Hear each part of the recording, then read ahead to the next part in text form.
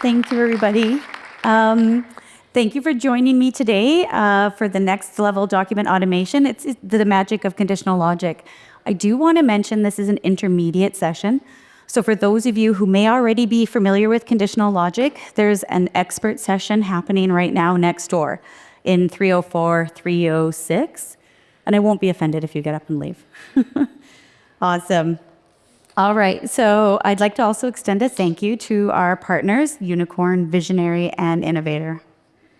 So let me introduce myself. My name is Tanya Teolis. I'm a senior software developer here at Clio. I've been with Clio for about 6 years now. I routinely use conditional logic in my role, and today I'd like to assist you in understanding its potential for the efficiencies with your document templates, your generation, essentially helping you to generate more documents faster. So we'll start off today by talking about what conditional logic is. We'll then move into the types of conditional logic and how you can trigger it. We'll dive deep into some real-world examples showing you it in action, and we'll close off with some advanced applications for it. So what exactly is conditional logic? Well, you can think of conditional logic as something that enables decision-making within a system. So actions are performed based on whether certain conditions are met. If this, then that. If not this, then that. Pretty straightforward. But from the perspective of drafting documents, you can think of it as rules that you add to a template.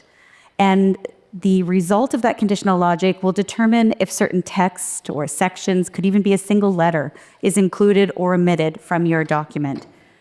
The example I have on the screen there would be, if a second client exists, your template could pluralize the word client through the entire document. So using conditional logic in your templates does allow you to streamline your document management. You can have a single template that could lead to multiple outputs, right? So that content is essentially dynamic, again, based on whether the condition evaluates to true or not. There's lots of benefits to it. I mentioned already the template consolidation. Right? That also leads to reduced maintenance because you have less template sprawl, less to maintain. There's improved accuracy as well. It minimizes the need for that human interaction, so it removes some of that potential for error. Complex workflows can also be run without needing a lot of that human interaction, so structured data bindings can be used as well. All right, and last, conditional logic will improve your efficiencies, right? Automates a lot of it for you. Now, before I continue, I do want to call out that conditional logic can be used in both MS Word and Clio Draft. MS Word is on the left there, Clio Draft on the right, where you see all the yellow highlighting. Now, there's advantages when using Clio Draft, but I'm not going to touch on those today because I want to take the time to really talk about the conditional logic itself. So regardless of which platform you choose, this talk today should help you. All right, so now that we've reviewed what it is, let's get a little bit more technical and look at the types of conditional logic as well as how you trigger it. There's two main ways that it can be triggered in draft, right? You can have directly using standalone questions. Now, these are questions that are presented to the person that is creating the document at generation time. You can also have indirectly, where the fields are inserted in the document itself. It could be a field from your matter or your client, for example. Now, we'll take a look at the standalone condition first. As I mentioned, it's simple, it's easy to use a question that you're prompted with when you're generating the document. The resulting text that's inserted is based on how you answer that question, right? So here we see a question asking the person that's drafting the document which production requests they want to include in the document. And you'll note that the top 3 are chosen. So the generated document that you see on the screen here now, as you can see, has 3 bullet points that represent the 3 that they chose. If they would have chose 5, you would have seen the additional 2 bullet points there. So again, this trigger is handled by the result or that standalone question. So you'll want to use these sparingly. Otherwise, you're going to be answering a ton of questions when you go to generate those documents. Alternatively, the second type would be an inserted field, right? This could be data, as I said before, from a matter or a client that already exists in Clio. There's no additional input needed from the drafter. So in this example that we see on the screen now, we have a defendant to full name. That would be the name of the field that is inserted into your document. And if it exists, your conditional logic would evaluate to true. If it's blank, then it would evaluate to false, and whatever is within the conditional logic parameters would not be included, right? So here's the results using that same type of logic, right? The image on the left would be if it was not having a second defendant, right? It would be just John Doe. And you can see that the word defendant is not pluralized, right? The same can be said for on the right when Jane Doe does exist. So this case, it evaluated to true. And you can see it also pluralized defendants. So the same conditional logic can be used in multiple places in a template for the same field. Now, there's different types of conditional logic. Exists versus does not exist, right? There's equals versus does not equal, contains versus does not contain, and there's even greater than versus less than. Now, if we want to think about it from a positive perspective and a negative perspective, so looking first at the exists, right? This just tells whether or not there's a value in the field. It doesn't look at what the value is, just rather if it is there or not. There's many ways these positive conditions can be used, and I'm going to give you a couple examples. So again, starting with the exists. If a co-defendant exists, we just looked at another one, right? If there was a second defendant, defendant to full name, that would evaluate to true, right? If we look at the equals, right? There's many different scenarios that you can use each one of these. So a good example here would be billing information. So if the billing preference, again, is contingency, then you may have a contingency value in there, right? If it's hourly or something, you may have an hourly rate. All right, lastly, if we take a look at whether it contains something. Now, what this means is if the value in the field itself contains another specific value, right? So the example I have on screen here is like if scope of work contains the word appeals, right? Then you may have a little section in your document that pertains to the services in the event of an appeal, or the cost of services, I should say, in the event of an appeal. Flip side to that would be those negative conditions, right? So if a field does not exist, if it does not equal something, or even if it does not contain a specific value in it. Looking again at the exists to begin with, right? You could be talking about a divorce agreement. There's no children. If a child does not exist, then you could have a clause that states there's no children of the marriage. Looking at the equals, if something does not equal something, it could be as simple as looking at the attorney name itself, right? If the attorney name is not equal to a specific attorney, maybe the lead attorney, you may or may not include a signature block. And then lastly, contains something. This one's kind of unusual because it's not likely that you're going to have something where you say, if this value does not contain something. But a good example I've seen used before is they may have a custom field called client notes, right? And if in there is not the word urgent, then they may have something on the document that says standard processing times may apply. So there's many, many different ways that you can use this conditional logic. And I know I went through that really fast, but it's just really meant to show you there's so many different ways to apply it. And we're going to look at some real world examples to see them in action. Formatting in Clio Draft is very important, right? So where you put the start and the end of your conditional statement could result in having, extra blank lines, things like this. Some of the examples I'm going to show you today, the placement is incorrect, but I left it that way just so it was easier for you guys to understand. All right, but it is very important when you do generate. If you are seeing an extra line, it's probably your placement. All right, so let's start by reviewing a document that takes a look at using equals. This example has conditional logic that inserts the proper pronoun depending on what the value of defendant personal pronoun is. You can spot the conditional logic here by looking at the colored dots, right? So in this example, there's actually 4 different conditional logic expressions, he, she, it, or they. We only see 2 on the screen just due to space limitations. Right, so looking at the first expression, we can see it's evaluating whether the defendant personal pronoun equals he. And I know this because that's the text that's included between the start and the end. The two light blue dots, I don't know if you guys can see the colors really well on the screen, right?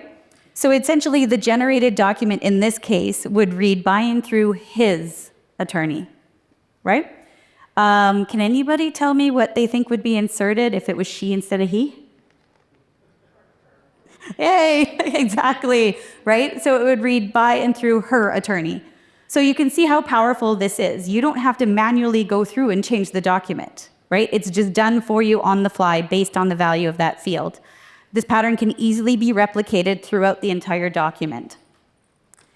All right, one thing to note though in this example is that it does replace just a single word in the middle of the sentence. So you can also use conditional logic to do entire sections, right? All right, so we can see something similar to that in the same document. The certificate of service section displays different contact information depending on the value from the field certificate of service, method of service. That is a long variable name. Anyways, so the template in this case has 3 different conditional logic expressions. Again, we can only see 2 here. But because each one of them is using that equals condition, only one of them can be true. So you'll only see either the email, the address, or the fax number at the bottom there. So again, it highlights the first 2. As I mentioned, the top one checks to see if it equals email, and if so, inserts that email. And the second one looks to see if it equals certified mail, and if so, it includes the address of the opposing counsel. So these examples do leverage conditional logic that looks for that equality, right? But we can look at a document now or a sample that focuses on the condition that looks for inequality. All right, so here we have a power of attorney document, right? It lists the powers that are granted to the attorney in fact. So the goal here is to see all the powers except for when they've been intentionally omitted, right? We can see the conditional logic here. It checks the value of the field. Again, a long one, power of attorney, specific powers, real estate transactions. And we're looking to see that it does not equal intentionally omitted, right? So if the value does not equal it, the expression would be included that's between the start and the end, again, of that conditional expression, right? So if it does equal intentionally omitted, it would not show up. All right, so you may ask, why not simply check if the value is included rather than and then otherwise omit it. But this design choice was done on purpose. The section is always included in this way, unless somebody specifically said don't. All right, so each power on the in the document has the same conditional logic to it, so you can control which ones would and would not be included. All right, so up to this point, we have seen examples if a field equals something, also if it exists or not. This sample here for the letter of representation looks at that exists one. So in this case, if client 2 full name exists, this section, or in this case, the client 2's name is actually included, right? So the same conditional logic expression can also be used multiple times. You'll note here that there's a number 3 in the middle of the purple square. That tells us that this conditional logic expression is actually used 3 times throughout this document. We can see 2 of them on the screen. The third one is lower down in the document, and we'll take a look at that in a second. So in this case, when there's a value, regardless of what the value is, that expression would evaluate to true, and the text between the start and the end of the block would be included. So this differs from the equals, right? The equals was we were looking to have a match on what the value was. This doesn't care. It's just, is there a value at all for that field? So at the top of the document, we see the client full name, and just below that would be the client 2 full name if this conditional logic evaluated to true. So in this case, if client 2 full name exists. So assuming the client's first name is Susan, this particular line would read, Dear Susan, right? If, however, there's a client 2 full name present, let's say his name is George, can anybody guess what it would read?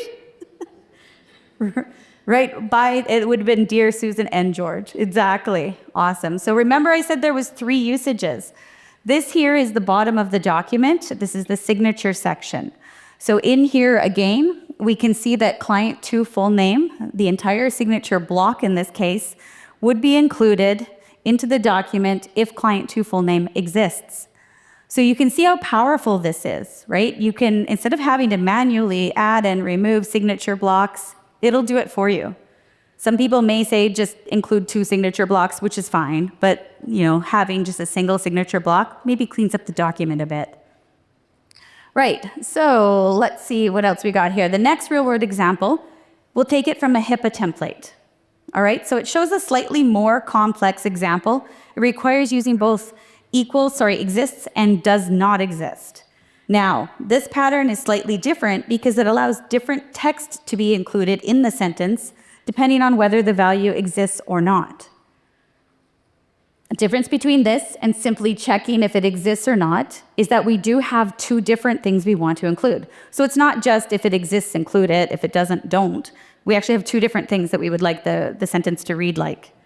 So before we dive deeper into this example, can anybody tell me how many times each of the expression types in the document, or how many times they exist in the template, starting with the top one? Yeah, 2 times, exactly. And then the bottom one, once, of course. So this does help as well to show you how many times it's leveraged. If you're going to make a change to it, it's going to impact more than just where you're currently seeing it. Awesome. So again, to improve the readability of this document, the creator is using conditional logic to change how the sentence reads, right? The first condition evaluates if the field exists, and if it does, it's my designated representative is, right? And sorry, if the second one exists, that would be wrong. It would be my designated representatives are, because there's more than one, plural, right? So then if, however, the logic, if it does not exist, it changes it. And then that's when it would read, my designated representative is. So it changes the sentence completely, depending on whether it does exist or not. Shows you how the conditional logic can work together. So coming back to the first expression there, we noted it was used twice.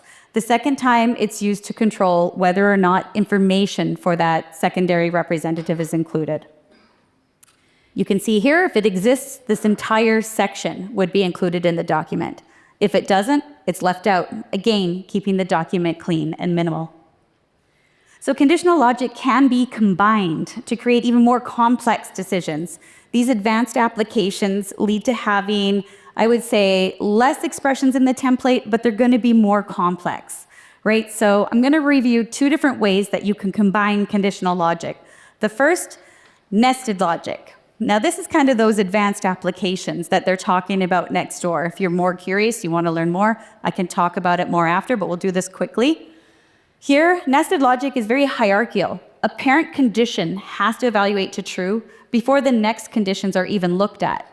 The example on screen here would be if the number of children is greater than 0, then it looks at that children's section, right? If the example being child 1 full name, again, if it exists, it's going to insert the details for that child.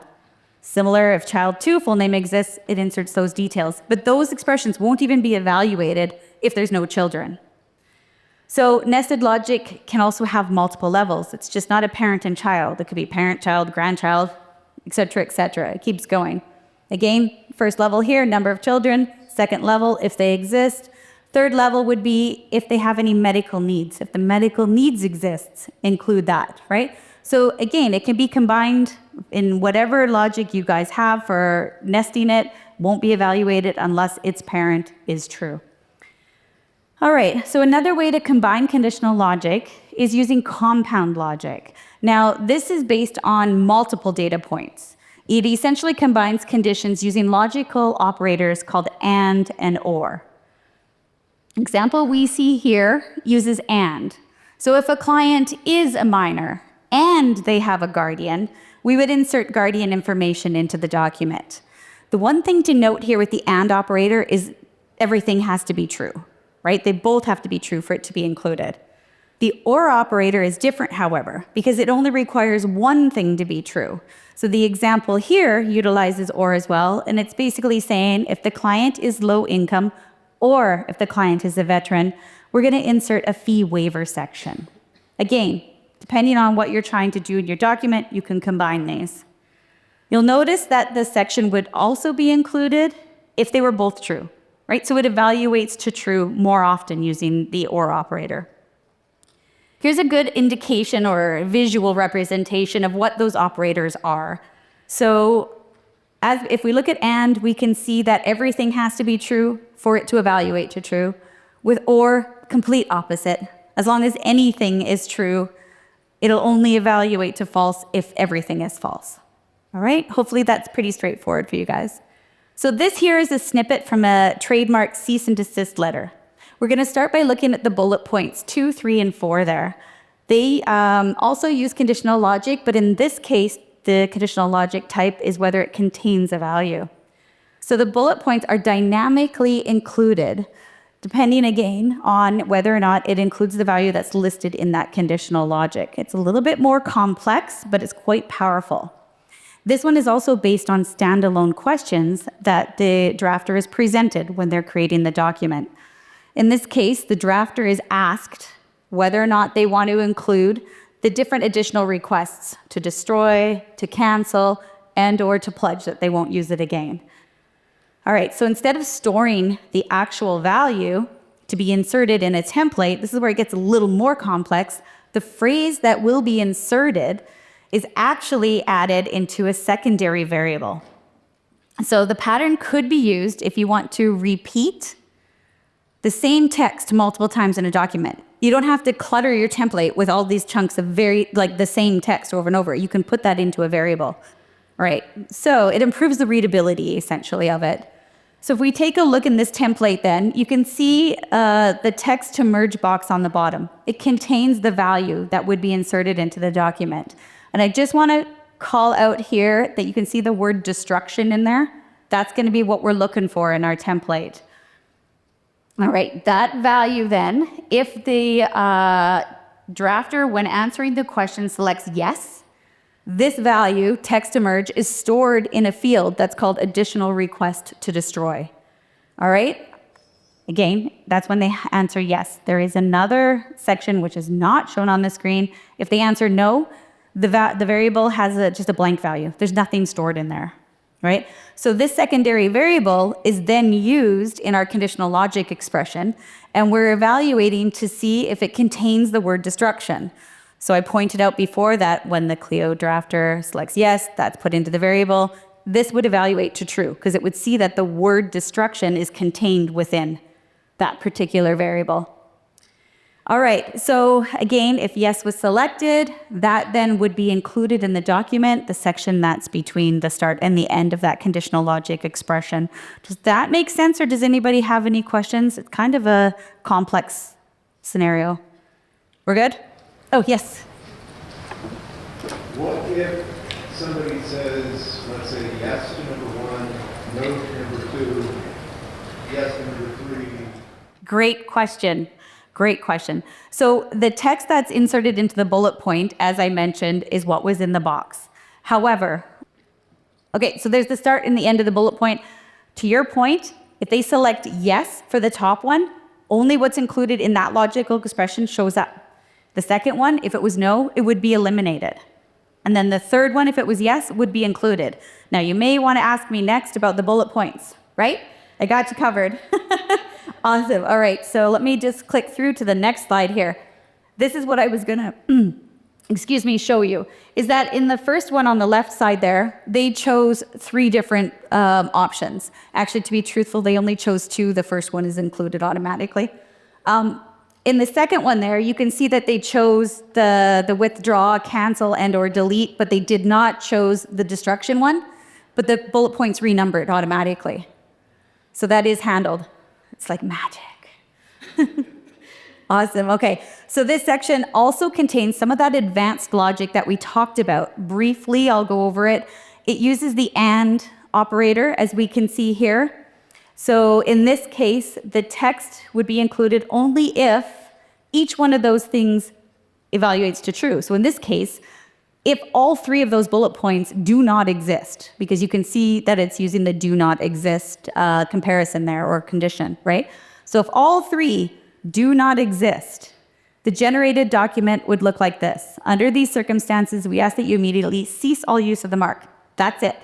Just what's underlined in blue. However, the template also includes some conditional logic about the or, right? So if any one of them exists in this case, like destroy or cancel, or I forget what the third one was, pledge, if any one of those is included, this would evaluate to true, right? And then you can see up top, again, whatever would be between the purple would be included. So it throws a little semicolon there, or colon, I should say, at the end of the sentence. And then it also includes the little snippet, the first bullet point there, cease all use of the mark, right? So that's how you can leverage the and the or in the same document to control, again, how a section reads. So in this example, the request to destroy, exists. I think we talked about that. Here we go. Because one of them was selected, it has the colon there, and it has that first bullet point. And then 2 and 3 would be whichever ones they've selected. So in summary, I know we went through that pretty quickly, but we defined what conditional logic was. We learned some of the key benefits when using it in your templates. We showed how it can help you to work smarter, faster, avoiding costly mistakes that could be done manually. We touched on the different types of it, how to trigger it both directly and indirectly. And lastly, we took a look at a lot of real-world examples. So I hope this session has helped you a little bit to understand conditional logic, the power behind it, and how it can help you to generate more documents, more personalized documents, faster. So thank you for attending today's session. Again, I'm going to be at the back, just outside of the room after. If you have any questions, feel free to come and talk to me. Alternatively, you can find me in the product lab. I'm working concierge today. But before you go, I have some resources for you. Feel free to scan the QR codes here. There's an automation guide. There's talking about document automation in Word, and there's a link to a webinar as well. Now, these should also be available in the app for you. I think under the session, there should be some additional resources. All right. So enjoy the rest of the conference, you guys, and thank you very much for your attention today.